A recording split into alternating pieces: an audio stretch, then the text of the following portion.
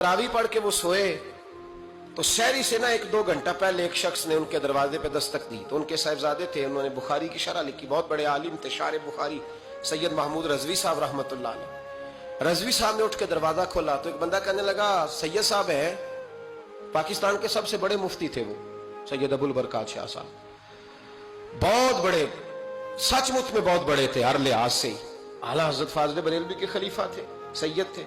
वो कहा सैयद साहब हैं? तो रजवी साहब कहने लगे क्या काम है? कहने लगा जी काम तो मुझे उन्हीं से है, उन्हीं को बताऊंगा। फरमाने लगे चलें ठीक है, अब 1-2 घंटा आराम करो, रह गया, उनको आराम कर लेने दो, अभी शहरी का वक्त होगा तो वो उठ जाएंगे, तो तुम काम कर लेना। कहने लगा यार अभी मिल जाते तो चलो ठीक था। इतनी देर में सैयद साहब की आंख खुल गई, सुन लिया कि मुझे बुला रहा है, करीब ही आप सोए हुए थे, उठ के तशरीफ लाए। फरमाया हाँ बेटा बताओ कैसे आए? कहने लगा उसने एक मसला पूछना था। फरमाया पूछो। कहने लगा जी मसला ये पूछना था कि जिस बंदे ने इशा के फराइज जमात के साथ न पढ़े हो वो वितर पढ़ सकता है कि नहीं पढ़ सकता?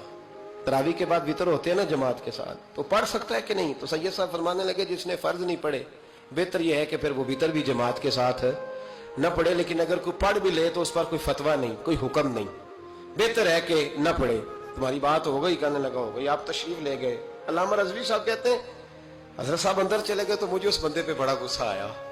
मैंने उसको कहा कि कौन सी क़यामत आने वाली थी अगर तू ये सवाल फजर में पूछ लेता था? क्या मसला था? कुछ लोग करते हैं तंग, इसमें कोई शक नहीं, तकलीफ देते हैं, वो बात जो हो सकती है अपने टाइम पे उन्होंने उसी वक्त पूछनी है जब उनको याद आ गई। मैंने कई दफा हदीस सुनाई है कि एक सहाबी को नबी पाक सल्लल्लाहु अलैहि वसल्लम ने, सरकार ने फरमाया कि जब इसका इंतकाल हो जाए तो मुझे बताना। सहाबी भी नौजवान थे, 14-15 साल उम्र थी। उन्होंने पता अपने वालिद साहब को क्या कहा? फरमाया मेरा इंतकाल हो जाए तो हुजूर को खबर नहीं करनी, इसलिए कि मैं रात को इंतकाल करूंगा। ऐसा ना हो कि नबी पाक आए और यहूदियों के मोहल्ले से गुजर के आए और कोई यहूदी हुजूर को तकलीफ दे। मैं अपने जनाजा हुजूर पढ़ाए तो बख्शिश डायरेक्ट है कि नहीं, फौरन जन्नत है कि नहीं? लेकिन मैंने कहा मैं नहीं चाहता कि मैं अपने नफे के लिए महबूब को तकलीफ दूं।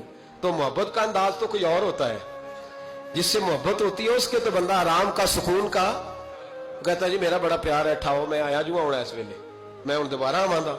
ये कैसी बात हो? तो ये मोहब्बत नहीं है, ये लालच है। बहरहाल ये बात अर्ज करने जा रहा हूं, मैं मजमून पर रहता हूं, मजमून को समझिएगा।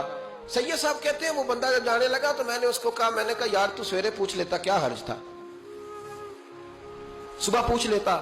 हजरत साहब बूढ़े आदमी, आधी रात को तकलीफ दी, अभी 2 घंटे में सहरी होने वाली थी। तो कहते हैं वो चला गया तो सैयद साहब ने मुझे बुलाया, कहने लगे महमूद मसला मैंने बताया, तुम्हें क्या तकलीफ है? और फिर फरमाने लगे मेरा दीन मेरा मिशन है, मेरा दीन मेरा मिशन है। शुक्र करो किसी ने बात पूछी तो है ना, और अगर कोई मेरे दीन के मामले में कोई बात करने आता है तो मैं उससे उकताता नहीं हूं। तो जब इंसान राजी बिर्रिज़ा रहने लगता है ना, फिर वो हर रोज नमाज पढ़ के तकलीफ नहीं उसे होती, फिर रोज दुरूद शरीफ पढ़ के वो ये नहीं कहता कि चलो 2-4 छुट्टियां भी कर लो, फिर रोजाना तिलावत करके उसे कहीं दिक्कत महसूस नहीं होती, क्योंकि अब वो चाहता है कि जिस हाल में मेरा रब और रसूल मुझे रखेंगे, जो हुक्म देंगे, मैंने उससे कोई तंगी महसूस नहीं करनी, मैंने उसके मुताबिक चलना।